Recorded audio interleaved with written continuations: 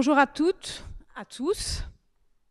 Bonjour Joseph. Je vais commencer par un petit mot d'introduction. S'il vous plaît. Voilà. Bon, tout d'abord, je voulais remercier le Mundaneum de nous prêter ces murs aujourd'hui, ce magnifique lieu qui, pour rappel, je pense que les élèves s'en souviennent, il y a 2 semaines, nous sommes venus visiter la collection d'affiches antisémites d'Arthur Langermann. Une collection magnifique qui nous permet de comprendre la haine qui était encore encouragée à l'époque, enfin qui était déjà plutôt encouragée à l'époque. Alors, pourquoi sommes-nous rassemblés aujourd'hui dans ce bel endroit ? Vous le savez, pour écouter le témoignage de Joseph Sneyer, rescapé de la Deuxième Guerre mondiale. Joseph, qui tout petit, durant cette guerre, a été emprisonné par les Allemands dans un ghetto. Alors, pourquoi faire venir un témoin ? Avant de vous l'expliquer, je tenais à vous partager cette phrase. Ce sont les enfants d'hier qui parlent à ceux d'aujourd'hui. Donc l'idée est là, écouter les anciennes générations pour apprendre du passé. Voilà l'importance de la démarche, prendre le temps d'entendre et de réfléchir à ce que nous souhaitons pour le futur, pour notre pays, pour notre société.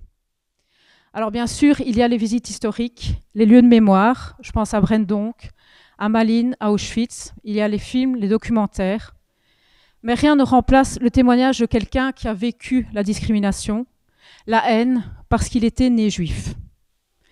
Actuellement, le rejet continue vis-à-vis des juifs, mais aussi contre les étrangers, les homosexuels, les femmes et bien d'autres. En Italie, en Hongrie, chez nous en Flandre, l'extrême droite continue de prendre de plus en plus de place. Elle est acceptée et mise en avant comme une solution face à ceux qui dérangent, comme à l'époque de Joseph. Alors bien sûr, l'histoire, comme la vie, est un éternel recommencement. Mais ne soyons pas fatalistes. Il reste une possibilité, justement, de retournement de situation. Il y a le vote, l'engagement à des associations, l'esprit critique, mais il y a aussi, au quotidien, un travail qu'on peut tous faire. Rappeler aux autres, à la moindre occasion, la tolérance, l'ouverture d'esprit et l'accueil de ceux qui souffrent. C'est en s'appuyant sur ces valeurs que nous pourrons, que vous pourrez, et c'était aux élèves que je m'adressais, faire barrière à l'extrémisme puisque chacun a un rôle à jouer. Voilà. Alors j'ai demandé à Justin de venir rappeler quelques lignes sur ce que c'est qu'un ghetto, puisque forcément Joseph expliquera son histoire, notamment dans le ghetto. Alors un ghetto, c'est une prison à ciel ouvert, une prison que les nazis ont organisée afin de réaliser la solution finale, c'est-à-dire l'extermination des Juifs. C'est en 1940 que les nazis, à Lodz en Pologne, ont emmené des hommes, des femmes et des enfants, des petits-enfants comme Joseph. Vous voulez vous asseoir, non ? Non. C'est à moi à parler. Alors, en premier lieu, je désire vous remercier pour la chaleur de votre accueil qui me touche profondément. Là, en deuxième lieu, je voudrais remercier la nature qui me permet, à mon âge, d'avoir l'honneur d'être devant vous. Et je remercie le micro qui me permettra de me faire entendre et me faire comprendre par vous tous. Je compte vous parler de 2 sujets qui me semblent extrêmement importants. Le premier, c'est votre adolescence. Le deuxième, c'est mon histoire qui est tout sauf commune. Et si je veux parler de l'adolescence, c'est parce que c'est un marchepied vers l'âge d'adulte. Et ce matin, j'ai eu une pensée en allant promener mon chien. J'ai pensé que l'adolescence, c'est le printemps des humains. Et si le printemps est réussi, vous aurez des moissons merveilleuses. Et ça vous concerne. L'adolescence, il faut en sortir heureux. Et je vais vous expliquer pourquoi. Parce que vous aborderez l'âge d'adulte heureux. Et si vous êtes heureux, vous posséderez le bonheur et vous aurez quoi partager. Tandis que si vous ne le possédez pas, si vous êtes frustré, amer, que pouvez-vous propager ? Et puis le bonheur, c'est la lumière, c'est la compréhension. Et vous avez pour cela 3 moyens de penser. Une pensée positive, une pensée neutre et une pensée négative. Je vais vous expliquer. La pensée positive, évidemment, c'est la meilleure de toutes. Elle consiste en quoi? D'abord, c'est l'intelligence. Ensuite, c'est la compréhension. Ensuite, c'est le courage. Ensuite, c'est la volonté de résoudre le problème auquel vous serez confrontés. C'est la tolérance, c'est la lumière, c'est l'amitié, c'est l'amour sous toutes ses formes. Ça, c'est la pensée positive. Vous avez la pensée neutre, qui parfois est positive, parfois pas tout à fait. Il y a un peu plus d'indifférence, parce que par exemple, cette dame est tombée, mais c'est pas moi qui l'ai fait tomber, alors pourquoi j'irai la ramasser? Ça, c'est la neutre. Parce que la méchante, c'est celle qui fait tomber la dame. Mais déjà, ne pas vouloir aider les autres est une pensée neutre, qui est déjà un peu plus égoïste, parfois bien, parfois moins bien. Et alors, il y a la pensée négative. Et ça, c'est l'horreur. Ça, c'est une pensée à éloigner dès qu'elle arrive. Parce que c'est la bêtise, c'est l'ignorance, c'est la paresse, c'est la fainéantise, c'est la haine, c'est la colère, c'est l'intolérance. Et c'est terrible, parce que ce genre de pensée agit comme un tsunami. Elle noie toutes les autres pensées et vous empêche de voir les problèmes sous un jour réel. Et si je vous parle de tout cela, c'est parce que je voudrais vous donner quelques éléments pour arriver à avoir ce bonheur, parce que c'est tellement important. Moi, je n'ai pas eu le bonheur de cela, parce que je suis devenu orphelin de ma maman quand j'avais 10 ans. Et ma maman, sachant qu'elle était très malade, elle a voulu me donner des bagages pour toute mon existence. Et elle a ensemencé et incrusté dans les champs de ma mémoire une énorme quantité de graines, en se disant, quand il grandira, quand il aura un problème, la graine qui s'y rapporte va fleurir et lui donner la réponse. Et c'est ce qui m'est arrivé quand j'ai eu un problème. Et tout le monde a toujours un problème, parce que les problèmes peuvent être de sortes différentes. Eh bien, j'ai toujours trouvé la solution qu'il fallait. Donc c'est tellement important d'avoir un mode de pensée.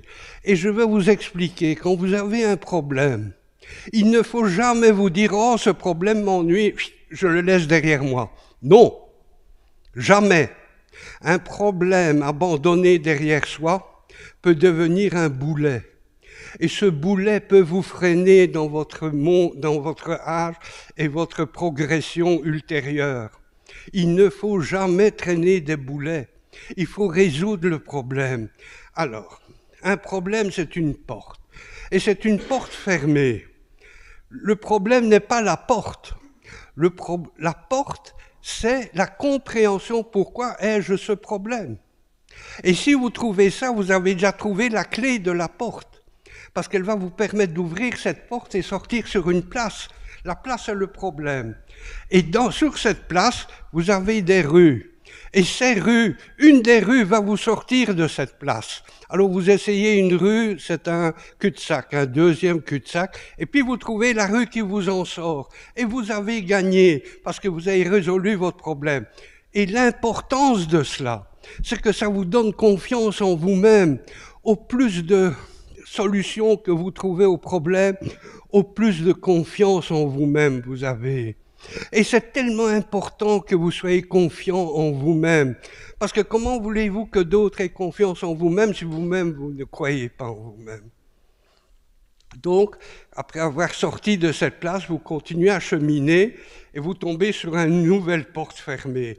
Et vous pratiquez de la même façon. Pourquoi ai-je ce problème? Il faut une clé, je cherche. Et petit à petit, votre cerveau devient un énorme porte-clé avec beaucoup, beaucoup de clés. Et plus vous avez de clés, plus vous êtes responsable, vous vous sentez fort et vous pouvez illuminer l'entourage. Je vous ai parlé de la pensée neutre, il n'y a pas tellement de choses à en dire, et je voudrais aussi vous parler de la pensée négative. Je vous ai dit que c'était la bêtise, c'était la méchanceté, c'était l'intolérance, et qui peut mener à des situations absolument terrifiantes. Parce que, je vous donne en exemple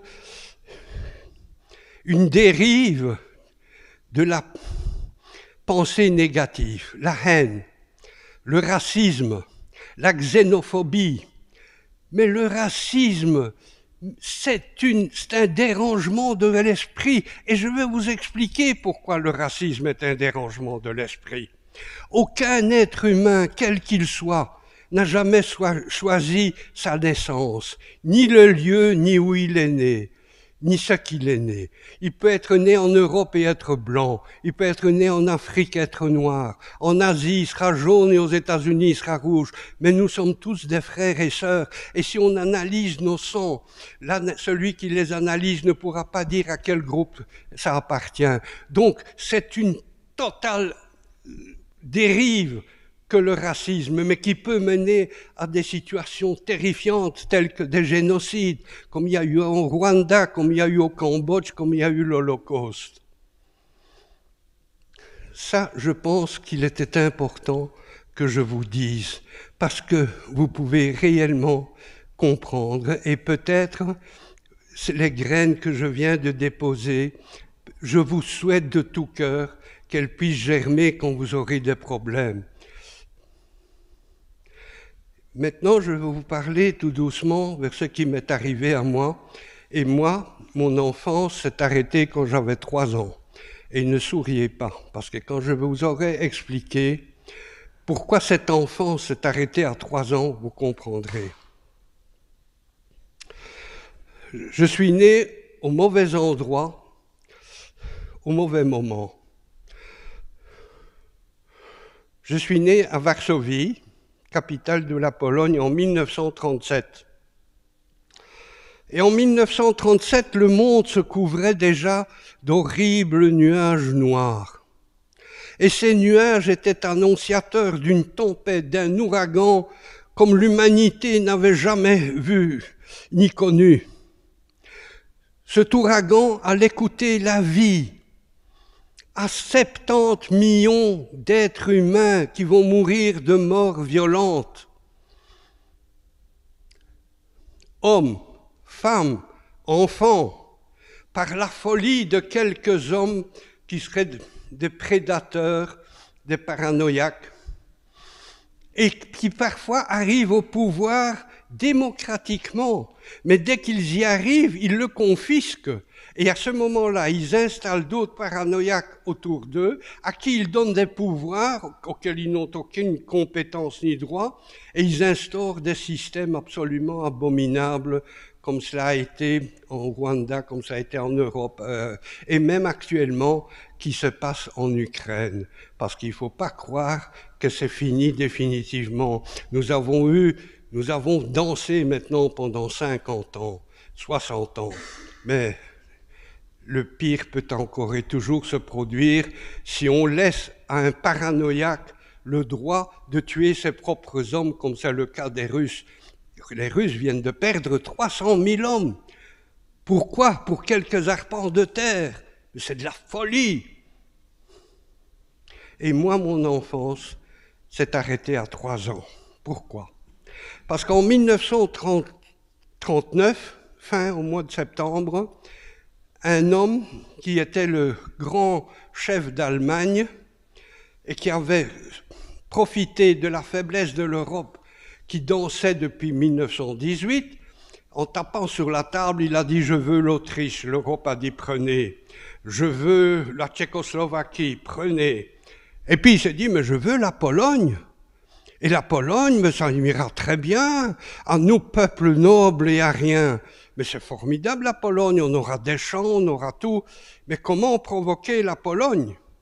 et il a eu l'idée maléfique de prendre un bataillon de soldats allemands, de le revêtir de costumes polonais en leur disant « Entrez dans un village allemand à la frontière, tirez en l'air et faites en sorte qu'il n'y ait pas de victimes, mais faites beaucoup de bruit. » Et le lendemain, les journaux allemands étaient remplis « La Pologne vient de nous attaquer ». Évidemment, pour eux, il fallait alors réagir à cette attaque. Et l'Allemagne a littéralement envahi la Pologne avec des milliers de chars, des milliers d'avions, etc. Et ils ont bombardé évidemment Varsovie. Varsovie s'est trouvée très vite encerclée. Et l'armée polonaise, c'était des cavaliers. Ils avaient des centaines de milliers de chevaux et ils se battaient avec des lances face à des tanks. Vous pouvez imaginer le carnage que ça a fait. Et moi, j'étais un petit garçon. Et dans notre jardinet, il y avait beaucoup de cavaliers. Varsovie était encerclée. Et on avait mis des chevaux. Et nous n'avions pas de quoi nourrir ces chevaux, parce que nous sommes pas, c'est pas une écurie, une ville, elle ne peut pas supporter d'avoir 20 000 chevaux dans ses murs. Alors nous apportions des seaux d'eau aux chevaux, mais nous n'avions pas autre chose à leur donner.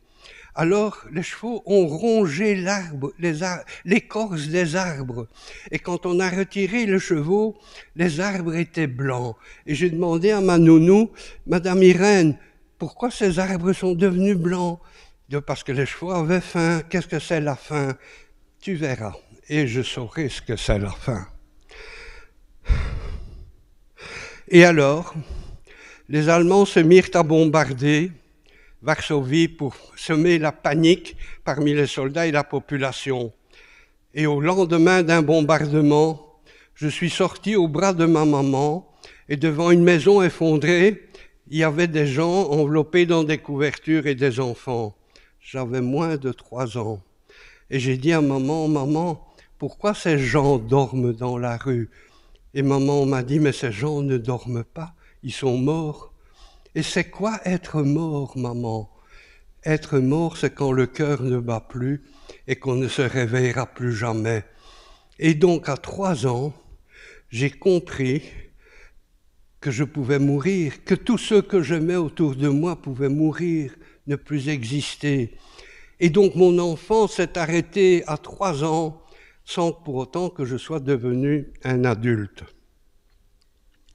Je suis né dans une famille juive, pas du tout religieuse ni orthodoxe, moderne. Ma mère était docteure en droit et était géniale. Et si je suis là à vous parler aujourd'hui, c'est beaucoup grâce à elle, comme vous allez le savoir tout de suite.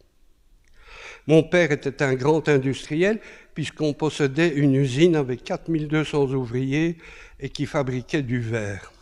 On nous a tout pris, mais ce n'est pas ça qui est important. Donc, un jour, au bras de ma nounou, on allait tous les après-midi au parc. Et là, je jouais avec des petits-enfants, comme un enfant de 3-4 ans. Et puis un jour, on est passé devant le parc et on n'y est pas entré. Et j'ai dit, Madame Irène, mais je veux aller jouer avec mes petits-enfants, il y a des manèges, il y a des balançoires. Elle dit, tu peux plus. Je dis, comment je ne peux plus? Non, tu peux plus entrer dans ce parc. Et pourquoi? Il dit, regarde la pancarte, c'est marqué « Interdit aux chiens et aux juifs ». Je dis, mais je suis pas un chien. Mais tu es juif. Et c'est quoi être juif?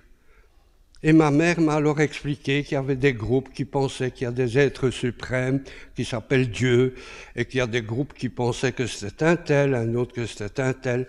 Enfin, j'ai compris que nous étions ça, sans y prêter attention. Et puis s'est produit un autre élément. En allant promener, on a vu des ouvriers bâtir un mur. Et ce mur ne correspondait à rien, parce qu'il entourait un quartier. Pardon, comme ici à Anderlecht, par exemple. Une partie d'Anderlecht.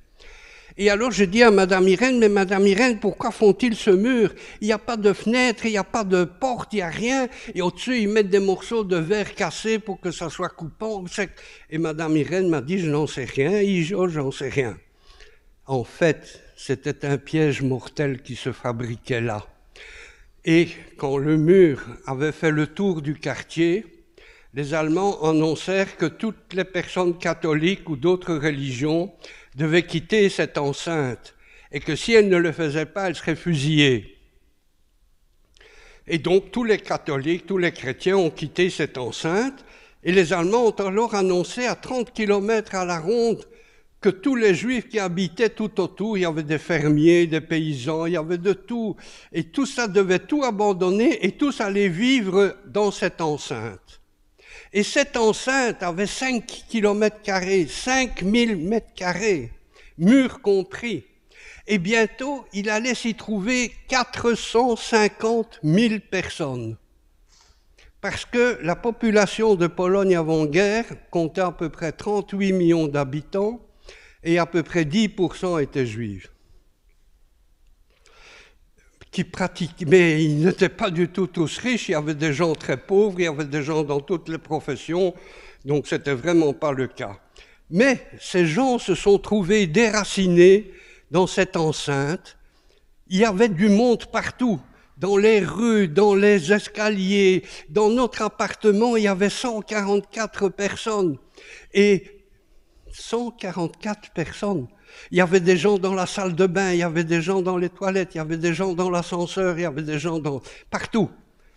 Et j'ai vu alors pour la première fois 2 hommes frapper leur père parce qu'ils gênaient, parce qu'ils se plaignaient.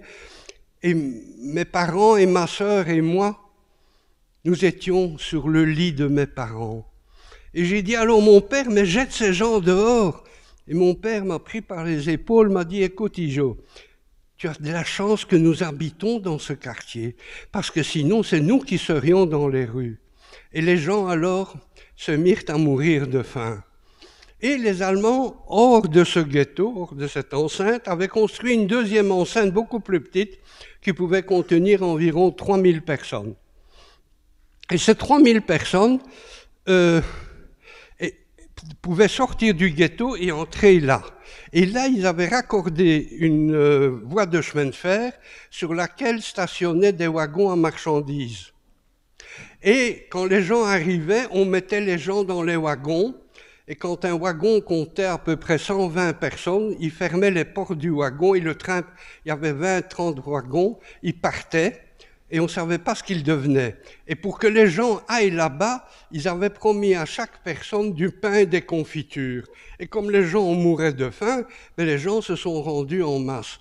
Et petit peu à petit peu, le train revenait à vide et on n'avait jamais de nouvelles de ce qui se passait. Et puis un jour, on a eu des nouvelles. Et ces nouvelles, on les a eues parce qu'on avait une connaissance qui était un monsieur qui se promenait avec un immense manteau noir. Et il avait installé dans son manteau tout un attirail d'outils. Un marteau, des scies, des forêts, toutes sortes de tenailles, enfin. Et il a dit, si jamais on m'attrape et que je suis dans ce train, je finirai par découper un trou et je sortirai du trou en me laissant tomber sur les voies. Et c'est ce qui lui est arrivé. Et il a fait son trou dans ce wagon, et par chance pour lui, son train roulait de nuit. Il était parti de Varsovie vers 10 heures du soir, tout rempli de 3000 personnes. Et comme il était habillé de noir et qu'il s'est laissé glisser sur le ballast, les soldats qui étaient de garde sur le wagon ne l'ont pas remarqué. Et quand il s'est redressé, il a vu encore des paysans qui étaient là, et il a dit, c'est quoi ici? Alors il dit, ici c'est Treblinka. Et où va ce train? Ce train, il va dans la forêt. Et, eh bien, on va tuer les Juifs.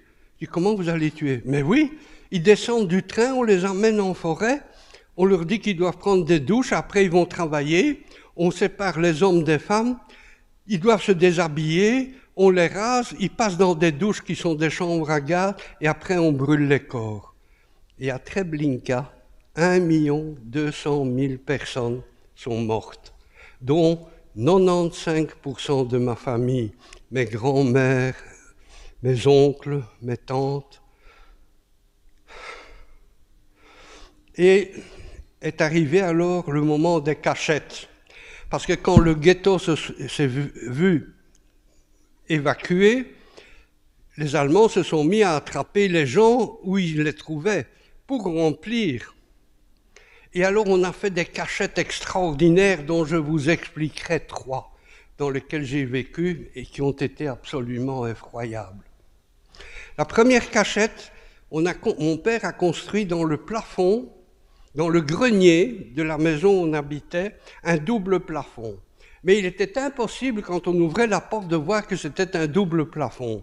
Or, sur cette autre paroi, entre les 2 plafonds, il y avait 130 personnes qui se cachaient. Et on rentrait là-dedans à 6 heures du matin et on en sortait à 6 heures du soir, sur la pente, couchés comme ça. Et ma mère et ma sœur et moi, on était toujours tout au-dessus puisqu'on rentrait un des premiers. Et mon père, comme c'était lui qui avait fait, c'est lui qui fermait le portillon tout en bas. Et plusieurs fois, on a eu des Allemands qui sont rentrés au grenier. Ah, es gibt nichts hier, komm. Et ils sont partis. Et un jour, on a entendu la porte s'ouvrir, des Allemands entrer et un type qui disait « Vous croyez que c'est vide ?» Il se cache ici dans le grenier, au plafond. Et il a montré le portillon et on a été attrapés. Et ce type avait été attrapé et il avait dit aux policiers juifs et aux Allemands « Si vous me laissez, moi je vous en donne 130 personnes. » Il croyait se sauver. Mon père a été pris parmi les premiers puisqu'il était près de l'entrée. Et les policiers devaient livrer un certain nombre de personnes par jour. Et nous, ma mère, ma sœur et moi, nous étions en surnombre. Donc, elle a pu négocier par de l'argent notre libération. Mais mon père n'a pas pu. Lui, il était condamné à aller à cette place d'où partaient les trains, l'Umschlagplatz. Et quand il était parti, et que nous nous sommes retrouvés avec ma maman, ma sœur et ma maman, on se dit, si papa ne revient pas, notre vie ne va pas durer très longtemps non plus. On nous attrapera de nouveau et on nous enverra à Treblinka.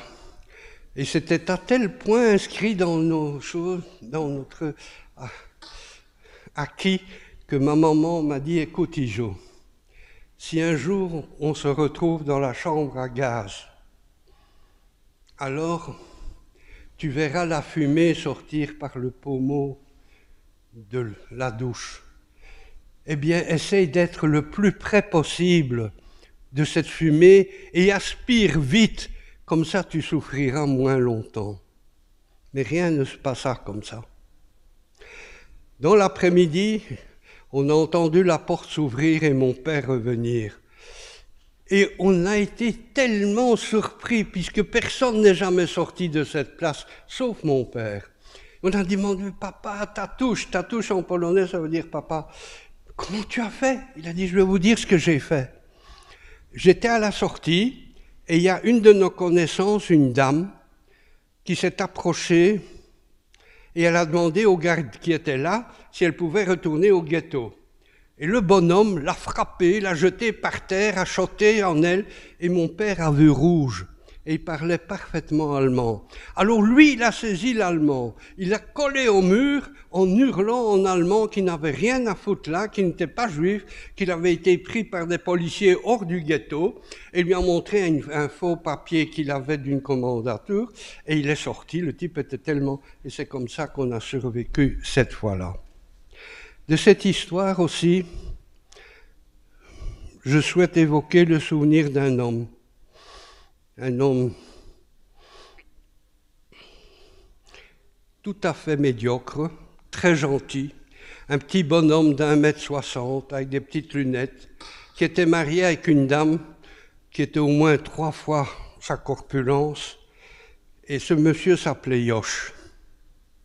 Et ce monsieur Yosh était la risée de tout le quartier, parce qu'il aimait bien bavarder en bas. Et quand sa femme voulait qu'il rentre, elle ouvrait une fenêtre et elle criait Yosh, et c'était comme si un mégaphone s'abattait sur la rue, et monsieur Yosh courait. C'était peut-être drôle, ce qui allait arriver ne l'était pas. Parce qu'un jour que nous étions cachés dans ce grenier, nous avons entendu en bas « Halt, halt », le halt allemand, et quelqu'un qui courait, et c'était monsieur Yosh. Et il est monté jusqu'au grenier, puis on l'a entendu sortir sur le toit. Et l'Allemand est sorti derrière lui. Et M. Josh a attrapé l'Allemand et ils se sont précipités tous les deux dans le vide.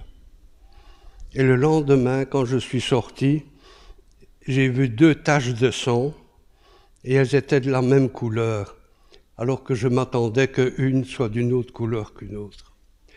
Et maintenant, je vais vous raconter l'histoire d'une 2e cachette. Une cachette incroyable. C'était dans une autre maison, dans un grand building, là où il y avait le chauffage central. Et le poêle était un cube énorme de 3 mètres sur 3, carrelé de blanc, avec un portillon en fer forgé d'à peu près 1 mètre 130, 40. On ouvrait le portillon, il y avait une plaque de métal avec des cendres. Cette plaque glissait, on voyait une ouverture avec une échelle. Et le dernier qui rentrait dedans, en tirant la plaque, fermait le portillon. C'était indétectable. Et en dessous, il y avait un entrepôt, on pouvait mettre 200-300 personnes. Il y avait de l'eau, il y avait de l'électricité et il y avait de l'air, un système d'aération. Et c'est là qu'on passait nos journées. Et tout se passait bien. On descendait, nous, vers 5 heures du matin, on en ressortait à 6-7 heures du soir. En général, les rafles étaient terminées et on était au 3e étage, là. Et au 3e étage, on a entendu à 7 heures du soir les camions dans la rue. Et les camions ne pouvaient être calmants parce qu'il n'y avait que eux qui avaient des camions. Et les camions, c'était ceux qui attrapaient les gens et qui les amenaient à cette place pour être envoyés vers Treblinka. Et ma mère a dit, mais on n'a plus le temps de descendre. On est au 3e étage et on entendait déjà les Allemands crier dans l'escalier en bas.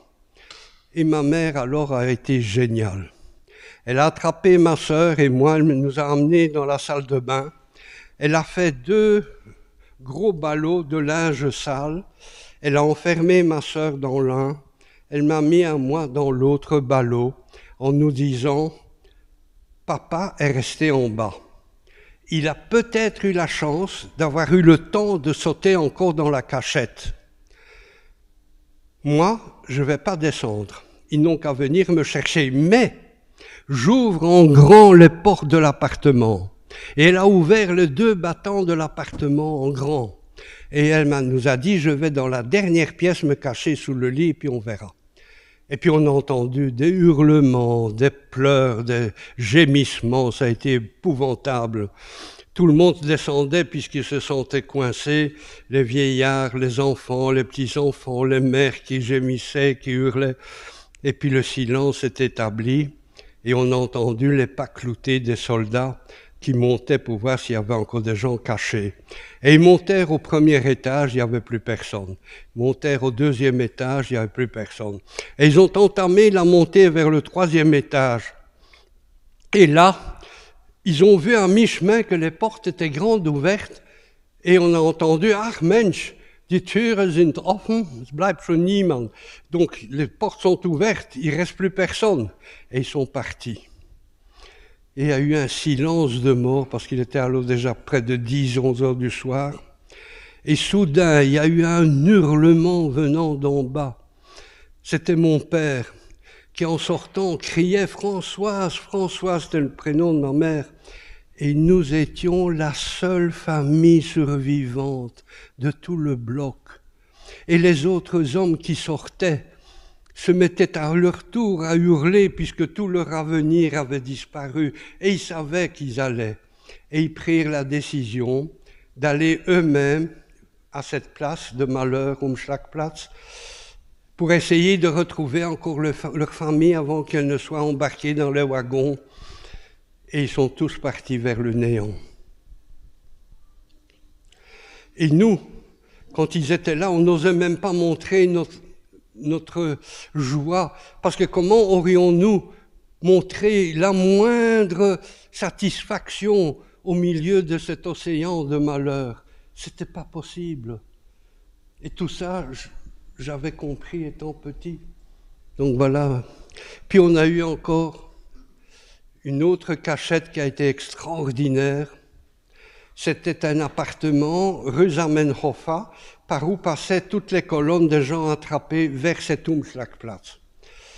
Et là, j'ai vu passer un extraordinaire cortège, le docteur Korczak avec son orphelinat. Docteur Korczak était un docteur connu dans le monde entier parce que c'était un pédiatre absolument génial. Et il s'occupait d'un orphelinat dans le ghetto dont les parents avaient été déportés, qui avaient abandonné leurs enfants parfois dans les corridors, etc. Il les ramassait, il les amenait dans cet orphelinat.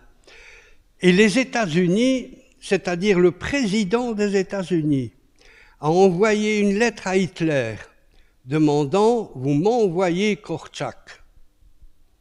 Vous laissez Korczak libre, vous l'amenez en Suède, et de Suède, vous me l'envoyez aux États-Unis. » C'était une sommité médicale. Et les Allemands sont venus chez Korczak en disant « Voilà, vous avez un passeport, on vous emmène. » Et Korczak a dit « Non, je veux un passeport pour mes 250 enfants. » Et les Allemands ont dit « Non, ça jamais. » Il dit « Alors je ne pars pas. » Et il a fait croire à ses enfants qu'ils allaient en excursion. Et je les ai vus passer sous mes fenêtres, allant vers l'infini. Alors on s'est rendu compte qu'il fallait absolument par tous les moyens sortir du ghetto. Mais comment sortir? Parce qu'il ne suffisait pas de sortir, on ne savait déjà pas comment sortir, mais même si on était dehors, on tombait sur une population tellement antisémite à qui les Allemands avaient dit si vous aidez un juif, vous serez fusillé. Et déjà, l'église polonaise, qui était un genre d'inquisition, n'était pas tellement mécontente de devoir se débarrasser des Juifs. Il y avait des Polonais qui s'étaient appropriés les biens, donc ils n'étaient pas pressés de voir les Juifs non plus. Donc il était extrêmement délicat, même si on arrivait à sortir. Et maman, un jour, est parvenue à sortir dans un camion allemand, parce que j'avais un cousin qui travaillait dans une firme allemande, et tous les jours, il sortait avec le camion et un soldat hors du ghetto. Et ce camion n'était jamais inspecté, parce que c'était allemand, c'était avec des soldats allemands alors. Alors, ils ont sorti ma maman du ghetto, et ma maman est allée au marché, où il y avait beaucoup de paysans, et elle a demandé, est-ce que vous connaissez quelqu'un qui serait capable d'aider une famille, etc. On lui a dit, non, nous pas. Mais là-bas, il y a un monsieur qui est un drôle de type, il s'appelle Wisniewski, et c'est un drôle de type. Il vit tout seul, il a une servante et un simplet chez lui, et il a une ferme, allez lui parler. Et ma mère est allée chez cet homme qui a dit, d'accord, moi je veux bien vous aider, mais à mes conditions. Je veux une pièce de $20 or par semaine. Je ferai un trou dans ma grange. Vous resterez dans cette grange et dans ce trou sans sortir, parce que je ne veux pas que dans la ferme, on constate quoi que ce soit. Et vous viendrez par vos propres moyens jusqu'à ma ferme. Je ne peux pas venir vous prendre toute une famille avec ma charrette, ça se verrait et ce serait une catastrophe. Bon. Entre-temps, il fallait manger. Et mon père, alors, s'est inscrit dans un groupe de travailleurs qui sortaient tous les jours du ghetto, qui allaient à la gare de Varsovie réparer des wagons. Et là, il côtoyait des ouvriers polonais. Et ces ouvriers polonais lui achetaient du pain. Il les payait évidemment, et comme ça, tous les soirs, il pouvait rentrer au ghetto avec du pain sous sa chemise et du jambon, c'était la première fois qu'on mangeait du jambon d'ailleurs. Bon. Et alors, comme ça, il nous nourrissait un tant soit peu, puisqu'on avait chacun au moins une tartine par jour. Et puis un jour, lors de leur rentrée au ghetto, dans le rang, l'épaule de mon père dépassait, mais dépassait peut-être de 10 centimètres. Et l'officier qui le conduisait, un SS, est arrivé et lui a décoché un coup de pied, mais un coup de pied dévastateur.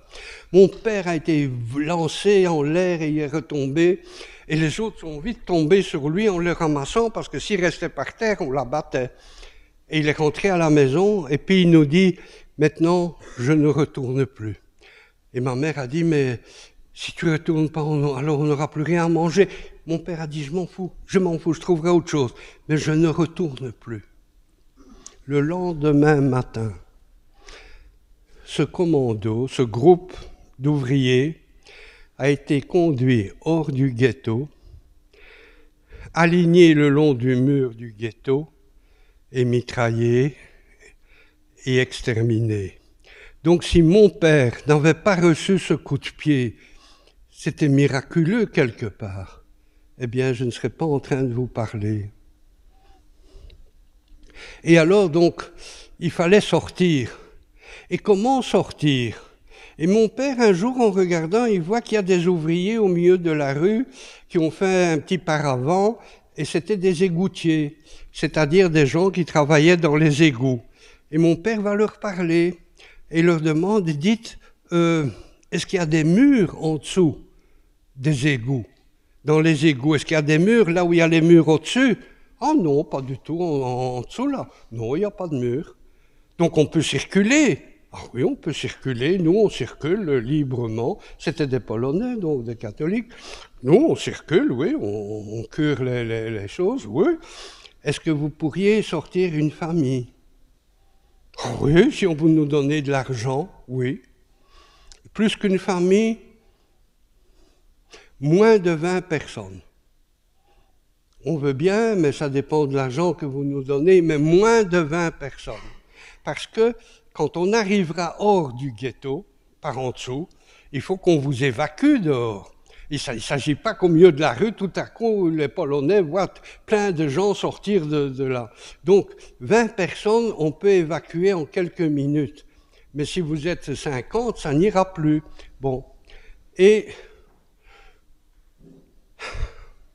un jour, on était très étonnés, ma sœur et moi.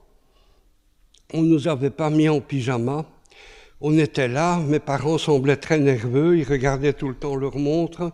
J'avais bien vu qu'il y avait une petite valise à l'entrée. Et, est-ce que vous m'entendez? Oui, ça va. Bien. J'avais vu qu'il y avait une petite valise et ma maman nous dit, ce soir nous sortons du ghetto. Mais maman, comment veux-tu? Il y a des gardes, il y a tout. Tu verras. Et à minuit, on est descendu dans le noir le plus total. Dans la porte cochère, il y avait un petit groupe de personnes, une dizaine de personnes, très agitées, très nerveuses. Et alors on a entendu un grondement au milieu de la rue métallique. La plaque des égouts se soulevait. On a vu une tête avec un shipko, ça veut dire vite, vite. Et alors on est tous descendus. Et alors on devait sortir à un endroit. Et quand on a voulu sortir, ils avaient soulevé tout doucement pour voir si tout était bien sur la place. Et ils ont vu plein de soldats allemands. Et c'était des soldats allemands qui allaient entrer dans le ghetto pour liquider et exterminer le reste des gens qui restaient encore. Donc ils ont rabattu la plaque et on a dû aller peut-être 2,5 kilomètres d'égouts assez modernes et hauts, dans des petits égouts très petits. Et là, on n'avait que la tête hors de l'eau, ça a été abominable. Enfin, on est sorti, on a été dans une conciergerie, l'un par l'un, comme ça. Et là, on s'est séché. Et puis, mon père est parti chez le paysan, M. Wisniewski. Et on a vécu là pendant 18 mois sous terre. Et 18 mois, épaule contre épaule, avec ma maman, qui ensemençait ces graines dont je vous ai parlé. Et je pense qu'une partie des graines, je vous les cède pour qu'elles puissent vous aider aussi. Et on en est sorti. Et on pensait que le Russe, en avançant, finirait par nous libérer, puisqu'il gagnait et que la servante qui venait nous apporter disait « Ah, vous savez, les Russes sont déjà à la frontière polonaise, les Russes poussent, les Allemands reculent. » Et un soir, elle a soulevé un petit peu la trappe et on a entendu un bruit de tonnerre. On a dit « Mais il y a de l'orage. » Il dit « Non, ce sont les canons. C'est le front, il est à 15-20 kilomètres, on l'entendait déjà les canons. Donc on se disait, encore quelques jours, on sera libre, on pourra sortir. On a aussi eu des nuits terrifiantes en dessous de terre. Parce qu'un jour, on a entendu au-dessus de notre trappe quelqu'un qui se couchait le soir. Ça bougeait. Et on se dit, c'est un ivrogne qui vient cuver sa vodka ou quoi. Et pendant toute une nuit, on n'a pas osé respirer. De peur de faire du bruit, que ça s'entende. Et au matin, quand la servante Tsecha est arrivée, elle a dit « Ah, Picouche, tu gardes nos amis ?» Picouche, c'était le chien de garde. C'était pas un chien de garde, c'était un genre de bearded collie, comme ça, à long poil, qui était un chien adorable. En souvenir duquel, d'ailleurs, j'ai maintenant un chien qui lui ressemble. Et alors, on a été sauvés à ce moment-là, et un jour, alors qu'on croyait que tout serait fini, le désastre est arrivé. Et ce désastre était, d'abord les 3 derniers mois, nous n'avons plus eu d'argent, parce qu'on a eu, et puis un jour, c'était épuisé. Et maman avait cousu les pièces d'or, là où on mettait les baleines dans un corset. C'était des longues choses comme ça, creux. Et là, elle avait mis des pièces d'or, donc à l'époque. Et un jour, il n'y en a plus eu. Et alors, on a fait venir le paysan, M. Wisniewski, on n'a plus d'argent, donc on part. Et il a dit, il n'en est pas question. Notre destin est lié à tout jamais. On survivra ensemble ou on périra ensemble. Il était merveilleux, cet homme. Et alors, il est arrivé un autre soir en disant c'est la catastrophe. Les Allemands viennent de venir à la ferme, le front est à 10 kilomètres, ils ne veulent pas avoir des civils en première ligne de front et je dois partir avec les vaches, le cheval et tout, je dois partir.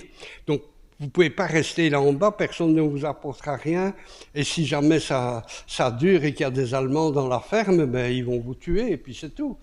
Donc, il faut sortir et nous étions blancs comme votre feuille de papier.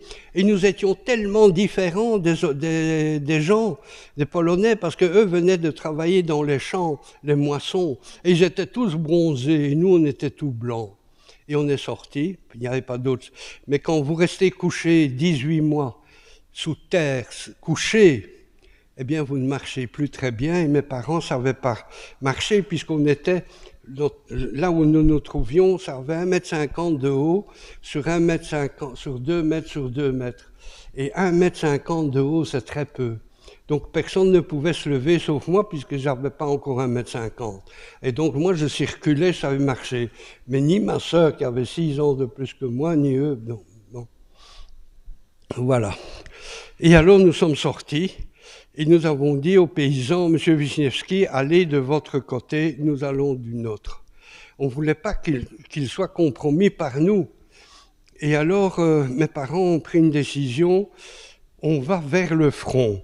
Les Allemands veulent qu'on aille de l'autre côté de la rivière, la Vistule, qui est très large, hein, elle a plus de 500 mètres de large.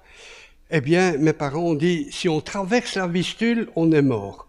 Parce que de l'autre côté, ils sont encore organisés, il y a encore les SS, il y a encore la Gestapo, on terminera à Auschwitz ou à Treblinka.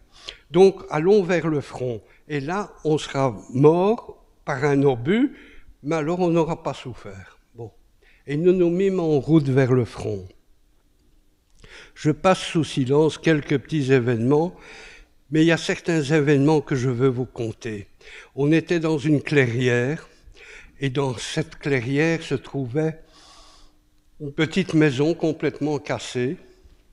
Il n'y avait plus de toit, il n'y avait plus de fenêtres, il n'y avait plus rien, c'était des trous, mais enfin il y avait des ruines.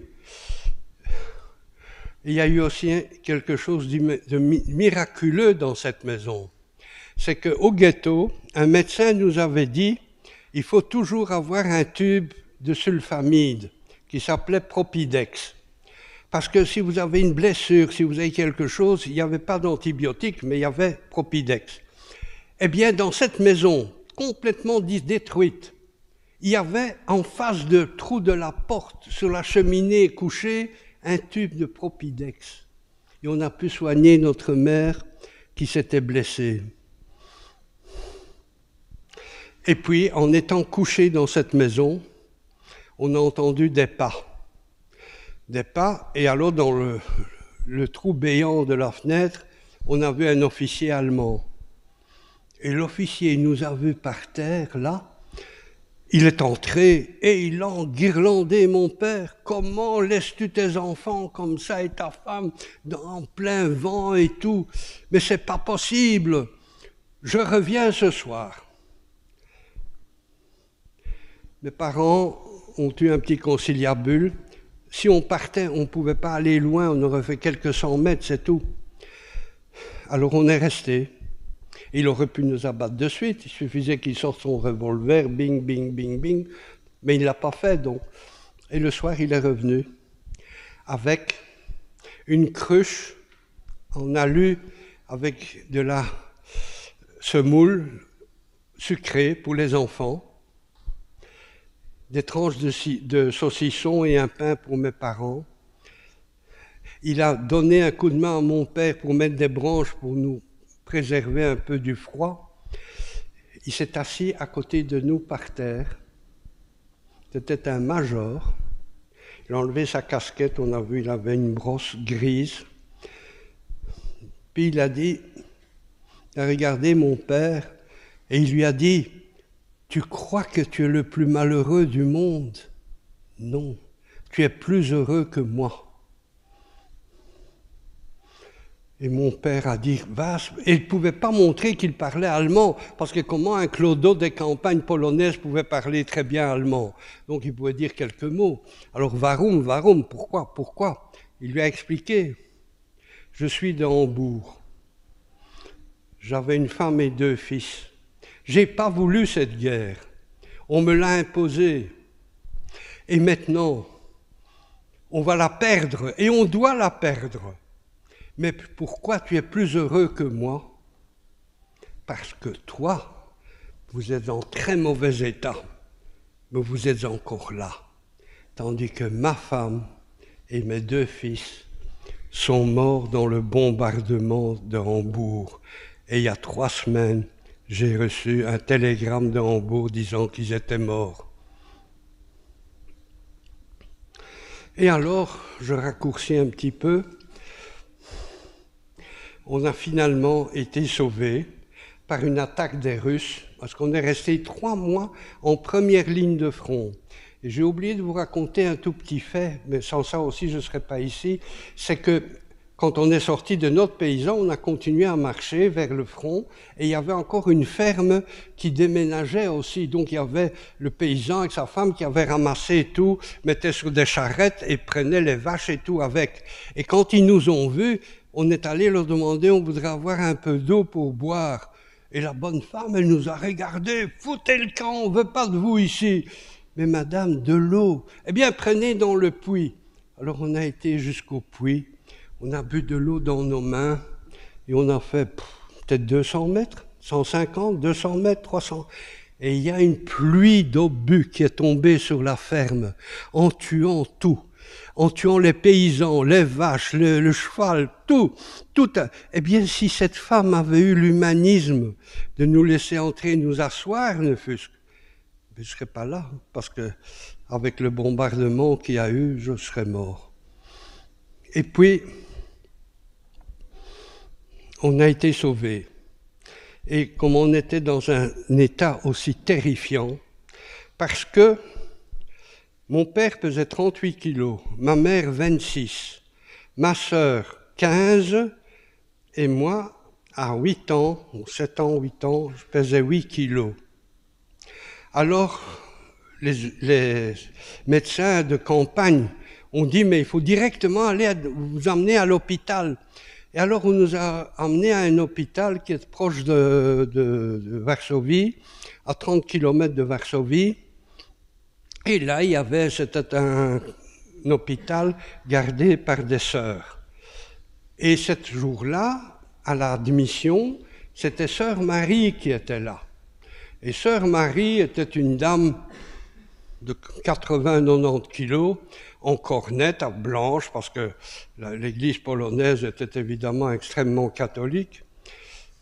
Et quand elle nous a vu arriver, Alors du haut où elle se trouvait, elle a regardé. « Qu'est-ce que c'est que ça? Pourquoi vous n'amenez pas ça à la morgue directement ?»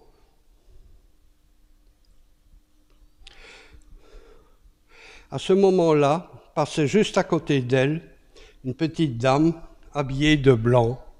Quand elle a entendu ça, elle a hurlé. « Sœur Marie, comment pouvez-vous dire des choses comme ça? Vous ne voyez pas dans quel état ils sont, comment pouvez-vous... » Et elle, je m'occupe d'eux. Et elle s'est occupée de nous. Elle s'est occupée, elle nous a donné une chambre. Elle a compris qu'on ne voulait pas être séparés. Elle a voulu nous donner plusieurs chambres qu'elle n'a pas voulu. Et puis on a dit non, on veut rester ensemble. Elle a pris une grande chambre, elle a mis 4 lits dedans. Et puis, après 3 mois, il y a eu une épidémie de typhus, fièvre typhoïde, parce qu'il y avait des poux, parce qu'il y avait des choses. Bon. Et nous avons tous eu la fièvre typhoïde. Et ma sœur a failli mourir, parce que la doctoresse Rozwadowska nous a dit, si elle est là à 4 heures de la nuit, elle vivra. Mais il est possible qu'elle ne tienne pas jusqu'à 4 heures. Et à 1 heure, elle est rentrée, elle a pris son pouls et elle a dit, elle ne tiendra pas jusqu'à 4 heures. Et elle a dit, je vais faire quelque chose. C'est la seule chose que je peux faire, mais je vais le faire sans savoir des résultats. Et elle a couru chez une infirmière, lui a demandé de prendre du sang comme ça dans une seringue, et avec cette seringue pleine du sang de cette infirmière, sans savoir si le sang correspondait, elle l'a injecté à ma sœur. Et à 4 heures, ma sœur avait surmonté la crise et vivait. Et si je suis fortement perturbé aujourd'hui, c'est parce que ma sœur est décédée il y a 2 jours et que malheureusement demain il y aura son enterrement.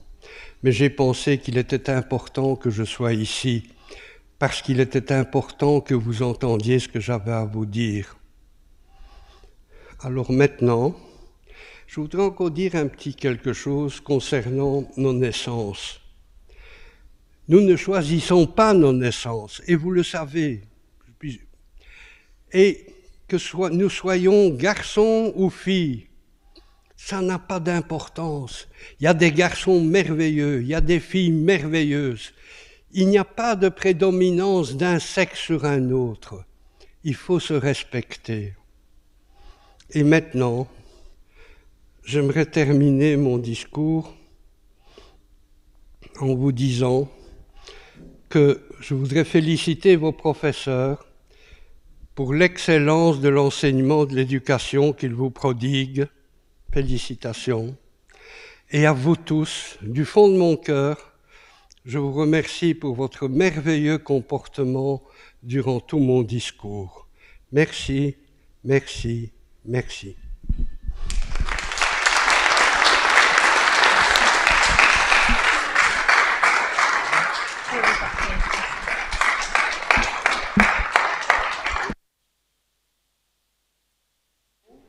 Il n'y a pas de sujet tabou. Vous pouvez me poser toutes les questions que vous voulez. Ça, c'est un. Deuxième chose, si vous pensez demain ou après-demain ou après avoir une question à poser, vous pouvez la poser, vous pouvez le mettre sur un papier, donner à Madame Courte, et alors elle va me le faire parvenir et je vous renverrai les réponses, si vous le souhaitez. Et vous savez que vous auriez tous pu être mes petits-enfants. Merci. Merci beaucoup, Joseph.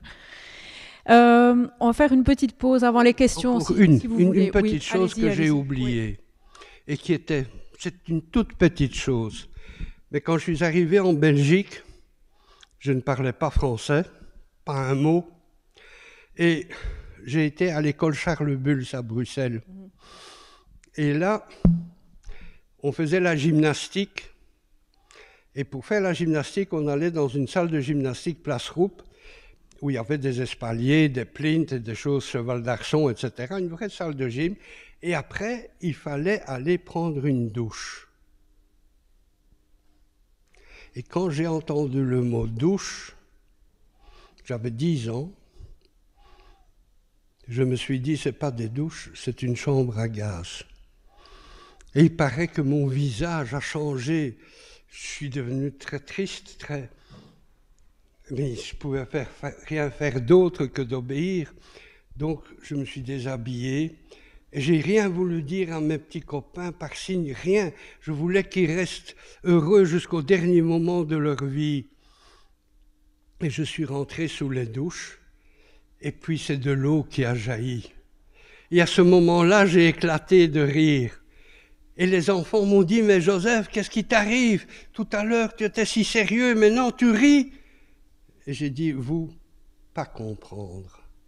Et depuis lors, j'ai toujours essayé de sourire à la vie.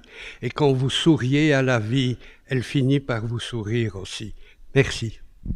Merci aussi.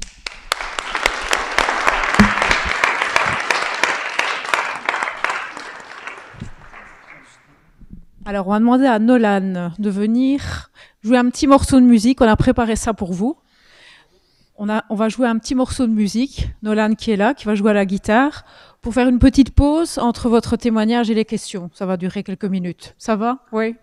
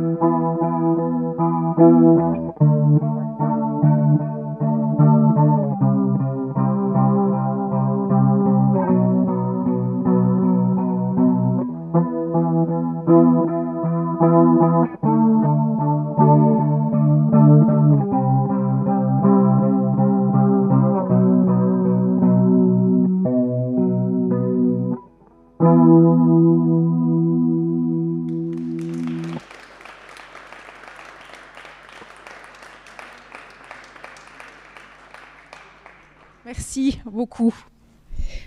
Je vous repasse le micro. Oui. Alors, ça va être le moment des questions.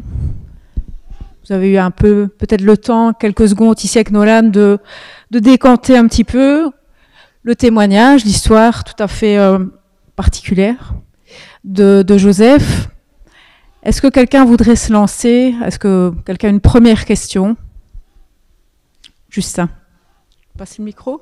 Attends, je vais te donner le micro. Oui.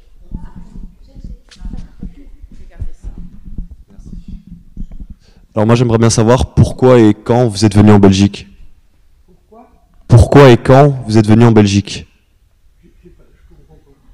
Quand est-ce que vous êtes venu en Belgique? En 1946. D'accord. Et pourquoi? Pour sortir de Pologne, il était impossible à l'époque de sortir de Pologne. Pourquoi? Parce que les pays n'accueillaient pas. Il fallait des visas, il fallait des autorisations et tout. Et il était impossible de sortir de Pologne. Mais, pas loin de là où nous vivions, il y avait un orphelinat avec environ 250 enfants juifs qui étaient là en déshérence. Personne n'en voulait. Personne ne voulait de ces enfants. Et un tout petit pays qui deviendra plus tard Israël a dit, qui à l'époque s'appelait la Palestine, a dit, eh bien, envoyez-nous ces enfants. Et ceux qui devaient s'occuper de cela, c'était l'UNRWA, c'est-à-dire une organisation des Nations Unies. Et le chef de cela, c'était un colonel américain. Et il est venu prendre ses enfants, donc, et c'était tout près de là où nous habitions. Et mes parents ont eu l'idée demandé est-ce que vous pourriez prendre 2 enfants en plus. Et il a dit aucun problème, vous me les emmenez à la gare de Varsovie quand ils seront embarqués dans le train, et j'ajoute 2 enfants, et aucun problème. Et alors, c'est comme ça qu'on nous a emmenés, ma sœur et moi, dans ce convoi d'orphelins. Et nous avons mis plusieurs semaines, parce qu'on a attrapé la diphtérie en cours de route, on est resté 6 semaines bloqués en Tchéquie, et puis on est arrivé à Strasbourg, et de Strasbourg, on devait aller jusqu'à Marseille, et embarquer pour ça.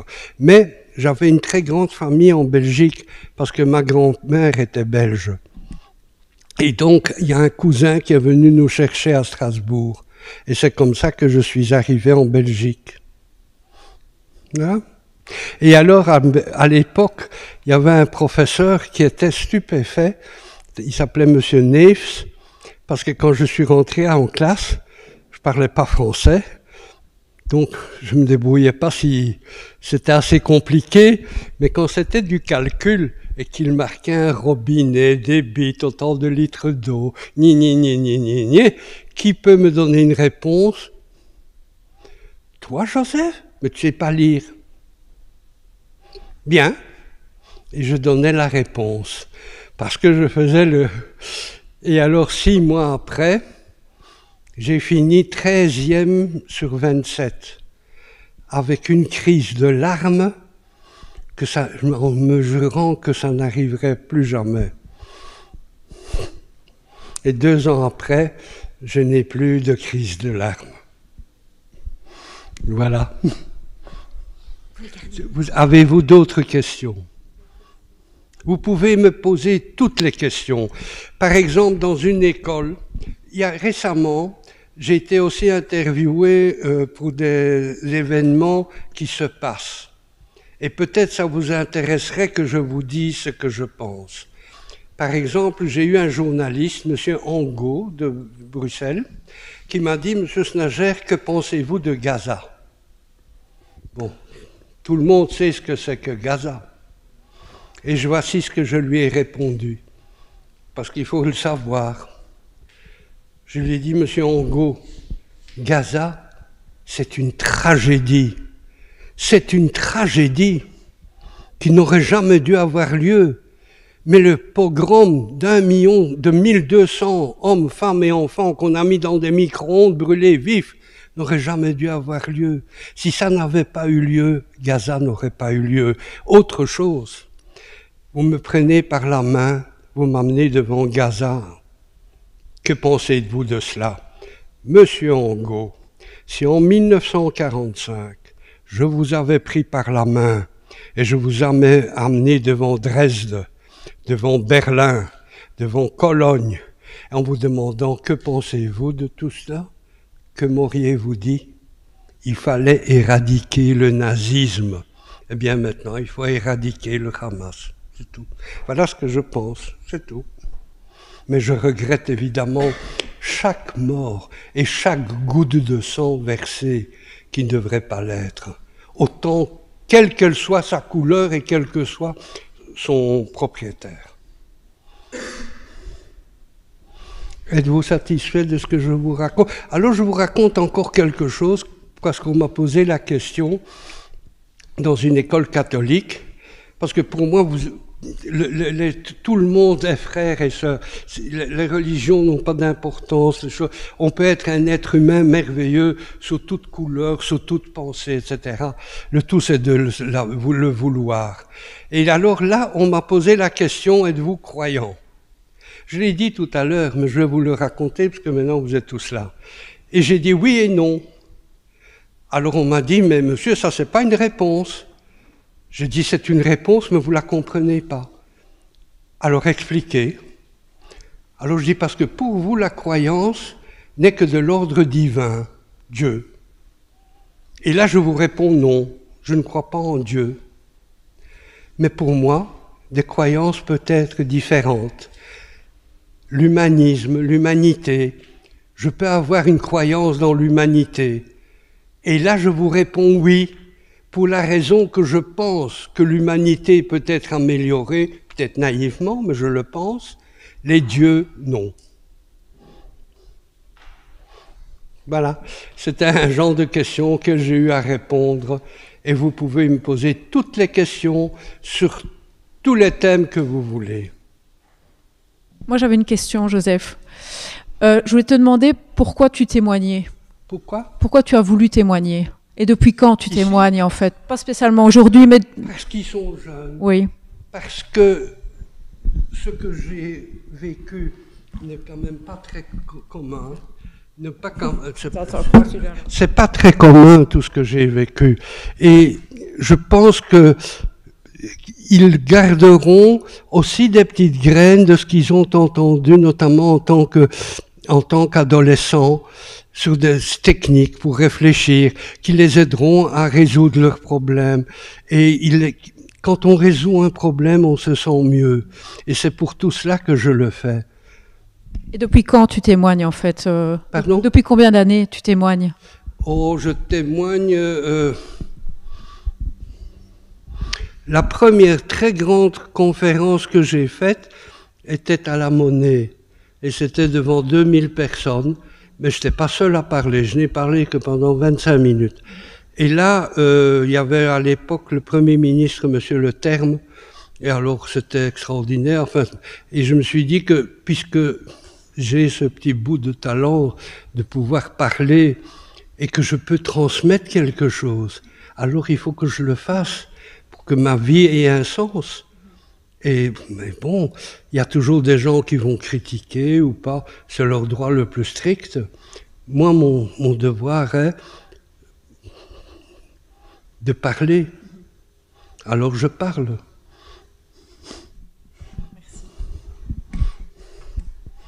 Voilà.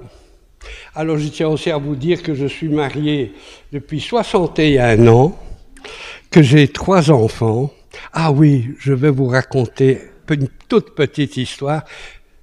Quand on a été fêté à la maison communale de Bruxelles à la Grand Place. Et là, l'échevin m'a dit, Monsieur Snager, on aimerait bien que vous disiez quelques mots. Je ne m'attendais pas à avoir à parler. Donc j'ai dû improviser. Et après avoir improvisé, on m'a dit, mais tu dois mettre ça par écrit, tu dois mettre ça par écrit. Alors, j'ai gravé ça dans ma mémoire et je vais vous dire ce que je leur ai dit. Il y a très longtemps, il y a 87 ans, à Varsovie est né un petit ruisseau.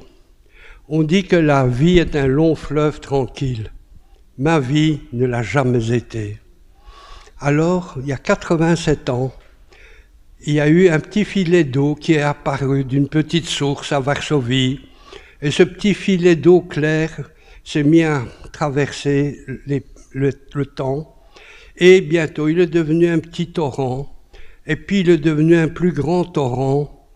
Et soudain, il s'est trouvé devant des chutes comme le Niagara.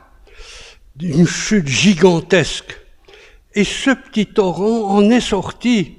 Cette chute, c'était l'Holocauste. Il a survécu, il en est sorti. Et quand il en est sorti, il est devenu une rivière.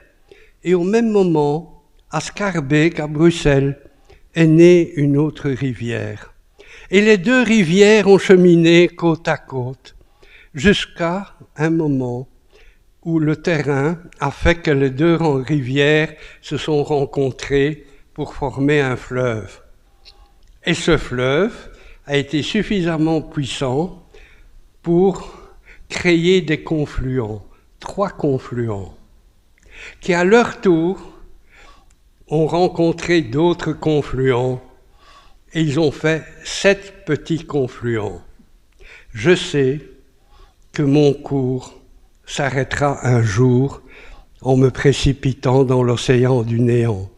Mais je n'en éprouve aucune crainte, je suis serein, je sais que ça doit arriver, donc ça ne sert à rien de s'en faire à l'avance. Tout ce que je souhaite, c'est que les alluvions que j'apporte, je puisse les partager avec tous les locataires qui vivent le long de mes berges. Voilà.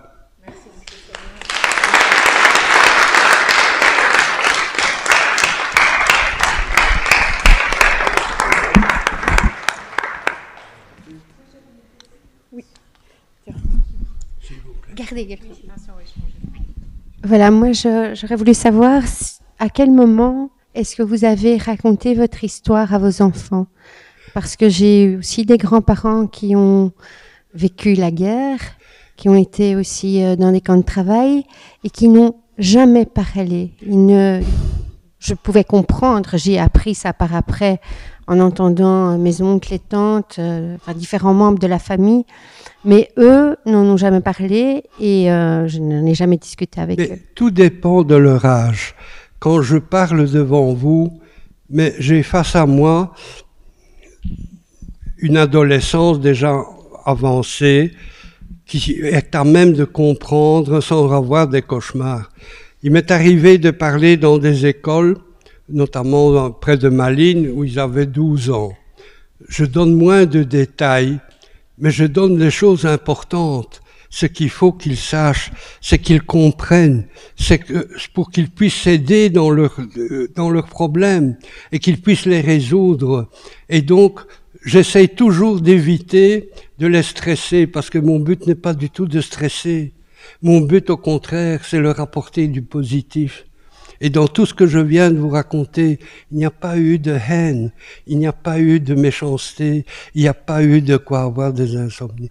Mais moi, je voulais précisément avec vos propres enfants. Mes propres enfants, alors d'abord, j'ai eu la chance d'avoir des enfants très intelligents, brillants, puisque ma fille, elle a fait pharmacie à l'ULB.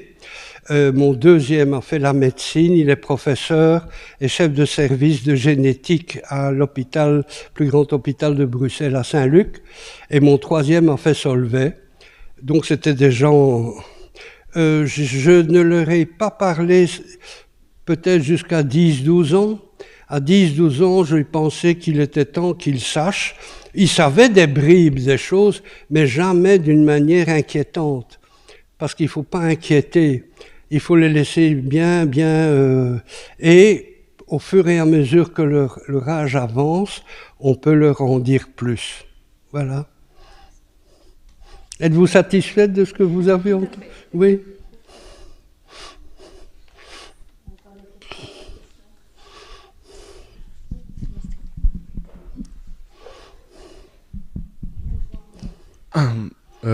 Avec tout ce que vous avez vécu et tout ce que vous avez raconté, je voulais savoir si la situation, les situations qui se passent actuellement, donc comme vous avez dit à Gaza ou en Ukraine, vous inquiètent pour le futur.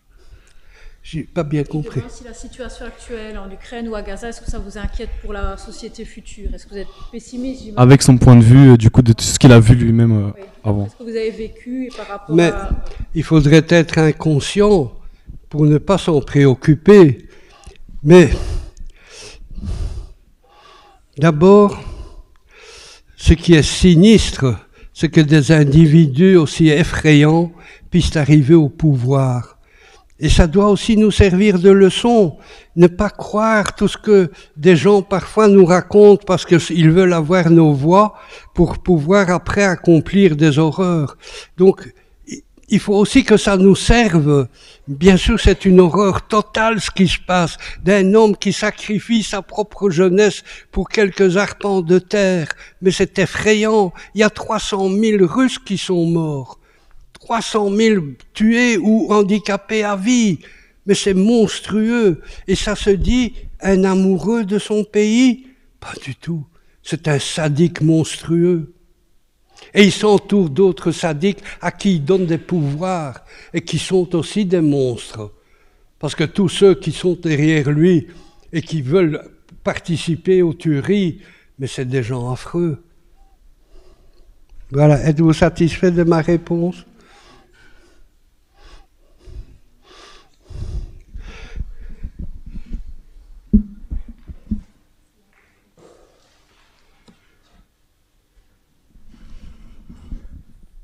Y a-t-il encore des questions? Moi, je vais vous expliquer juste une dernière petite chose. Je peux prendre le micro, parce que je crois qu'il s'est perdu en route. Je voulais vous faire remarquer, je ne sais pas si mes collègues vous ont expliqué, ce que les 4e artistiques ont fait pour vous, enfin pour notre rencontre d'aujourd'hui. Donc il y a tous les petits travaux qui sont là sur les côtés. Je ne sais pas si vous avez eu le temps de jeter un œil. Je vais vous les montrer peut-être plus précisément par après, mais l'idée c'était, d'après un petit peu, on leur expliquait grosso modo votre histoire, et c'était d'interpréter finalement, grâce à leur sensibilité, comment ils voyaient la résilience ou ce que vous aviez vécu. Et juste à l'instant, il y a Dorian et plein d'autres élèves qui ont donc créé ces œuvres, ces collages. Et Dorian, je peux juste te demander d'aller chercher la tienne, si tu veux bien, pour peut-être que tu expliques à Joseph. C'est ça, voilà. Et je vais vous montrer à quoi je ressemblais à 9 ans. Mais Ça, j'ai une photo. il va vous expliquer peut-être sa démarche, en fait. Dorian. C'est moi, mais je sais. Il a été la chercher sur... Oui, voilà. dans le soir. Mais oui, Oui. dans le soir, j'ai eu toute une page qui était consacrée à ma lutte maintenant, parce que les autorités polonaises n'ont pas voulu me remettre mes biens, et jusqu'aujourd'hui, ils les ont volés. Je vous laisse vais le vous micro, montrer la vraie photo de moi. Donc, merci beaucoup. Merci bien. Il vous explique un petit peu. On l'a fait au collage et on a récupéré des mots qui avaient une valeur par rapport à ce qui s'était passé le jour-là. Et en gros, j'ai peint le visage. C'est très réussi en tout cas. Attends, je vais te montrer de quoi j'avais l'air. Donc c'est la même photo en fait que vous cherchez. Oui, ou quasiment la même époque. Ah oui, ok. Oui, je vois. On voit bien la ressemblance, effectivement. Oui, oui, c'est ça.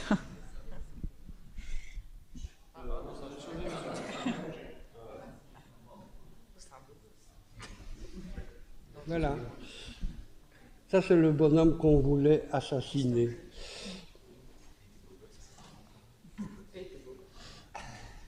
Et voilà ce que c'est devenu. Voilà, c'est de la part des élèves, évidemment, pour vous remercier pour votre temps et votre gentillesse. Voilà, voilà. Mille merci à vous tous. Merci, merci. Et je vous garde tous dans mon cœur.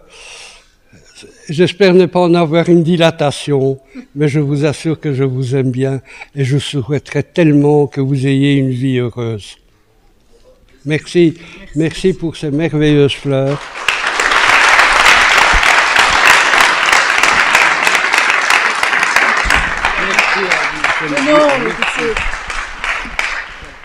Ceci, c'est un petit présent de la section soudure qui représente donc la fraternité, et aussi pendant votre discours, j'ai vu que une main tendue peut parfois changer les choses.